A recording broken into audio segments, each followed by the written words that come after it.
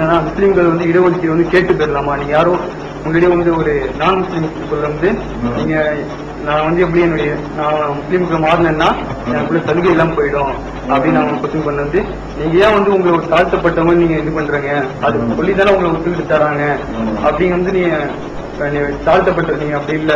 அதுக்கு வந்து நம்ம இடஒதுக்கீடுங்க வந்து நம்ம பிசி நம்ம அந்த மாதிரி தானே கேட்கிறோம். அதை பத்தி ஒரு இஸ்லாம் இணைய வாழ்க்கை நிகழ்ச்சியில ஒருத்தர் கேள்வி கேட்பாரு. அதுதான் யாரும் கேட்டாரு. அது என்ன கேட்பாருன்னு கேட்டா, அப்ப நாங்க மதம் மாறணும்னு சொன்னா இந்த இடஒதுக்கீடுலாம் எங்களுக்கு இல்லாம போயிடும். தலித் இருக்காருன்னு வைங்களேன், அவர் இஸ்லாத்துக்கு வந்தாருன்னா இடஒதுக்கீடு இருக்காது. தலித் என்பதற்காக கொடுத்த அந்த சலுகைகள்லாம் இறந்துருவாரு. அதை பத்தி அவர் கேட்கும்போது நம்ம சொன்னோம், நீங்க எதுக்கு அந்த இடஒதுக்கீடு நீங்க ஆசைப்படுறீங்க? அந்த இடஒதுக்கீடு நீங்க ஆசைப்படும் பொழுது ஒருத்தருக்கு தான் இடஒதுக்கீடு வாங்குறீங்க. நான் தாழ்த்தப்பட்டவன், நான் இருந்தவன், நான் கேவலமானவன் நீங்க சொல்றதுக்காகத்தான் உங்களுக்கு அந்த இடஒதுக்கீடு தர்றான். அப்ப செருப்பாளர் அடிச்சுட்டு ஒரு 10 காசு தர்மம் போட நீங்க வாங்கிடுவீங்களா?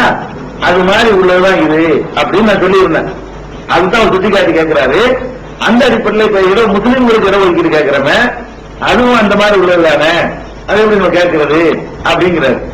நம்ம வந்து எங்களை தலித்துல ஆக்கி எங்களை தாழ்த்தப்பட்டவன் ஆக்குன்னு சொல்லி நம்ம கேட்கிறோம். நம்ம எதை கேட்கிறோம்? நாங்கள் பொருளாதாரத்துல கல்வியில பிற்படுத்தப்பட்டிருக்கிறோம். தாழ்த்தப்படுவது என்பது கேவலம். பிற்படுத்தப்பட்ட நிலையில இருக்கிறது என்பது நம்முடைய வசதி குறைவு, நம்முடைய வாய்ப்புகள் குறைவை காட்டும். ஒருவன் வந்து தாழ்த்தப்பட்டவனை அவனை தொடக்கூடாது, அவனை தீண்டக்கூடாது, அவன் பார்க்கக்கூடாது, அவன் உட்கார்ந்த இடத்துல உட்காரக்கூடாது என்றெல்லாம் சொல்லுவது வந்து தாழ்த்துதல் என்பது. அந்த தாழ்த்தப்பட்டவன் என்பது ஒருவனுக்கு கிடைக்கக்கூடிய அவமானம், கேவலம். பிற்படுத்துதல் என்பது வந்து நம்ம எல்லாத்திலையும் பின்தங்கி இருக்கோம். படிக்காத சமுதாயமா இருக்கிறோம், வசதி வாய்ப்பு இல்லாத சமுதாயமா இருக்கிறோம், பெரிய பெரிய தொழிலதிபர்களா நம்ம சமுதாயத்தில் உள்ளவங்க குறைவா இருக்கிறாங்க. அப்ப நாங்கள் பிற்படுத்தப்பட்டுதான் இருக்கிறோம் அப்படின்னு சொல்லிட்டு அதற்கான உரிமையை கேட்கும் பொழுது நம்ம வந்து அந்த தாய் அந்த இழிவை நம்ம ஏற்றுக்கல, இதுதான் கேட்கிறோம். நாங்க முஸ்லீம் தான், அந்த குடிமக்கள் வலிச்சிருக்கிறோம், அப்ப பாருங்க பிற்படுத்தப்பட்ட நிலையில் இருக்கிறோம் அப்படின்னு நம்ம கேட்கிறோம். அதனால அது வந்து எந்த வகையிலையும் தப்பு கிடையாது. அது இன்னும் சொல்ல போனா அது மார்க்க ரீதியா நமக்கு ஆதாரம் இருக்கு. எப்படி ஆதாரம் இருக்கு? உங்களுக்கு நேரத்தை சொல்லியிருக்கிறோம். மூசா நபி அவர்கள் அந்த பேரொருத்துல போய் என்ன கேட்டாங்க? அவங்க போய் ஏகத்துவத்தையும் சொன்னாங்க. அதோட கேட்டாங்க, இஸ்ரேல் மக்களை நீ தனியா கூட அனுப்பு, அவங்களை சித்திரவதைப்படுத்தாத, சித்திரவதைப்படுத்தக்கூடிய ஒரு சமுதாயத்தை சித்திரவதைப்படுத்தாதே என்று ஒரு ஆட்சியாளர்கிட்ட போய் மூசா நபி முழங்கினார்கள் என்று பல வசனங்கள் இருப்பது வந்து உங்களுக்கு நம்ம எங்க 734 2047 26 17 26 22 44 18 705 இந்த வசனங்கள்ல எல்லாம் இருப்பதை நேற்றைய உங்களுக்கு சொல்லி இருக்கணும். அந்த அடிப்படையிலையும் நம்ம பார்க்கணும். அது போக வந்து நபிகள் நாயகம் ஸல்லல்லாஹு சொல்றாங்க, அப்துல் ஜிஹாதின் கலிமத்து ஹக்கின் இந்த சுல்தானின் ஜாயும்.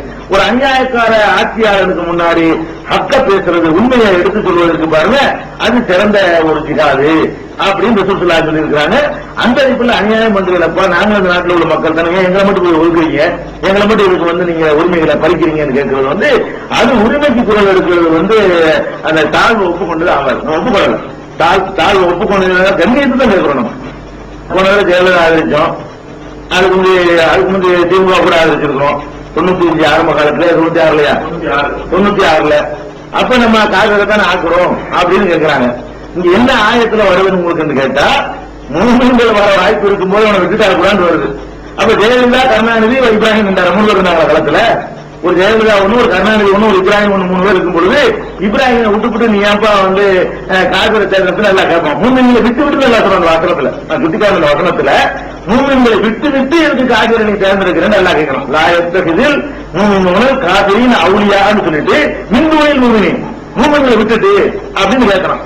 இங்க வந்து நீங்க மூமின்களை கீழே யாராவது இருந்தானா 2 கார்கள் தான் நிக்கிறாங்க போது 2ல ஒரு ரொம்ப குறைந்த தீமை எதுன்னு பாக்குற நிலையில் நம்ம தள்ளப்பட்டிருக்கிறத தவிர மூமின்கள் அந்த சீன்ல இருந்து சீன்ல இல்லாம ரப்பர் லெட்டர் அவன் பெயருக்கு நிற்பான்.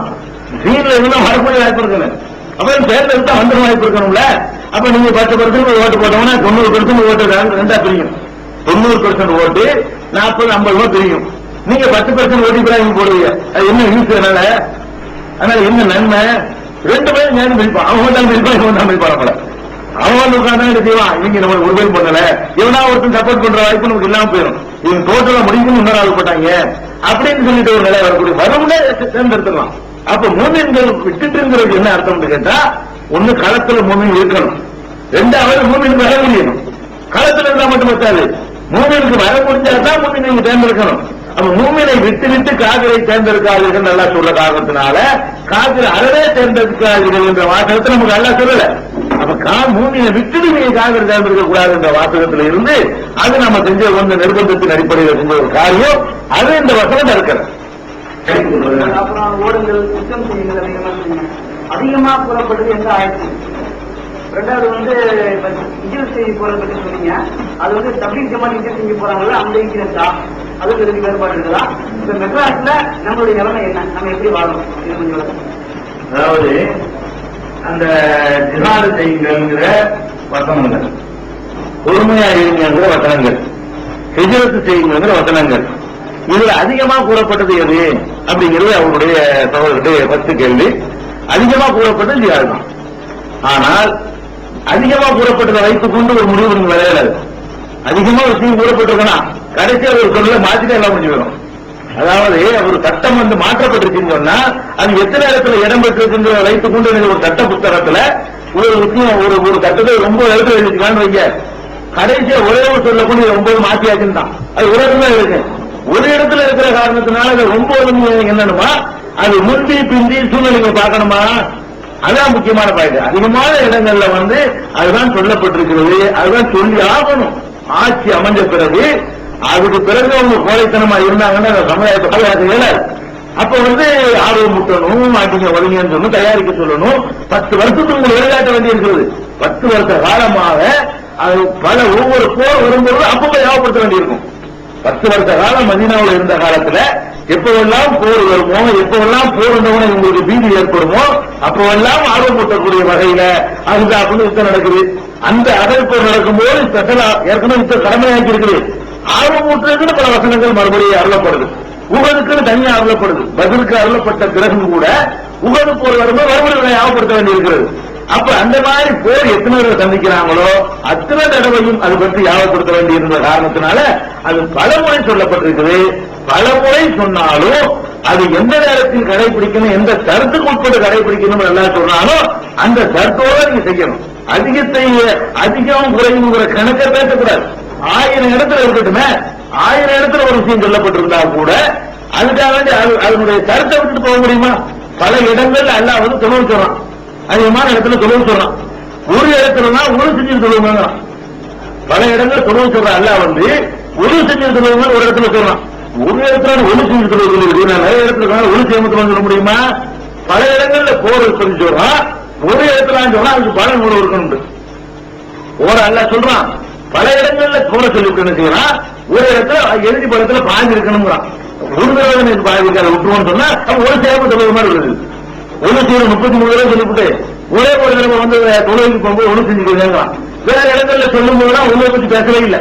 அதிமுகலா தொழில் நிலைநாட்டுகள் நல்லா சொல்றான். அப்ப நிறைய இடத்தில் தொழில் நிலைநாட்டுகள் சொல்லப்படுது. ஒரே ஒரு இடத்துல தான் தொழிலோட சேர்த்து ஒழு சொல்லப்படும். இதா கும்து நிலத்தில் 5வது மாயிதாவுல நல்லா சொல்றான் ஒழு செஞ்சு தொழுவுங்க. அப்ப ஒழு செஞ்சு தொழுவுங்க ஒரே இடத்துல இருந்தாலும் அது 33 சேர்க்கணுமா செய்யக்கூடாதா? 33 இடத்துல அதிமுகலா வந்தாலும் நீங்க இந்த சர்த்து அங்க சேரணும். ஒவ்வொரு தொழுகைக்கும் ஒவ்வொரு சந்தர்ப்பத்துக்கும் அந்த சர்த்து இருந்தாதான் தொழுகை செல்லும்.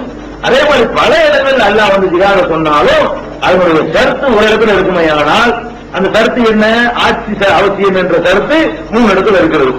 படைப்படை இவ்வளவு இருக்கணும் என்ற கருத்து ஒரு இடத்துல இருக்கிறது. ஜிஸ்யா வாங்கணும் என்ற கருத்து ஒரு இடத்துல இருக்கிறது. நஷ்டத்தை பெற்றுக் கொள்ளணுங்கிற கருத்து ஒரு இடத்துல இருக்குது. அவர்கள் மீது நம்முடைய ஆட்சியை அமல்படுத்தணும் என்ற கருத்து ஒரு இடத்துல இருக்கிறது. அப்ப இப்படி ஒவ்வொரு இடத்துல கருத்து இருக்கிற காரணத்தினால நாங்க கருத்தை இல்லாம நிபந்தனை இல்லாம அந்த சட்டத்தை மட்டும் நாங்க ஏற்படுவோம்னு சொல்றது சரியான பார்வை இல்லை. அப்படி நம்ம வரக்கூடாது. எத்தனை இடத்துல வந்திருக்குது என்பது அது ஒரு அறிவுபூர்வமான முறையில் நம்ம வரக்கூடாது. மார்க் அடிப்புல தப்பு வருது. 2வது என்ன கேட்டீங்க? ஹிஜ்ரத். இப்ப தப்லீக் ஜமாத்துல போறாங்க பாருங்க, அதை ஹிஜ்ரத்னு சொல்லலாமான்னு. நீங்க ஹிஜ்ரத் சொல்லலாமான்னு அவங்க ஜிஹாதுன்னு சொல்லிட்டு இருக்காங்க. அவங்க ஹிஜ்ரத்னு சொல்ல காணோம். அவங்க என்ன செய்யறாங்க? ஜிஹாதுக்கு வரக்கூடிய ஆயத்து ஹதீஸ் எல்லாம் போட்டுக்கிட்டு அல்லாஹ்வுடைய பாதையில் சிறு நேரம் செலவழிப்பது உலகத்தை விட சிறந்ததுன்னு சொல்லி அந்த ஜிஹாதுக்கு வரக்கூடிய ஆயத்து அல்லாஹ்வின் பாதையிலே போய் கொண்டிருக்கும் பொழுது யார் கொல்லப்படுகிறாரோ அவருக்கு இவ்வளவு தர்ஜா இருக்கு, முள்ளு குத்துனா நன்மை இருக்கு, கல்லு குத்துனா நன்மை இருக்குன்னு வரும். அந்த மாதிரியான சான்றுகளை கூட கொண்டு வந்து வச்சுக்கிட்டு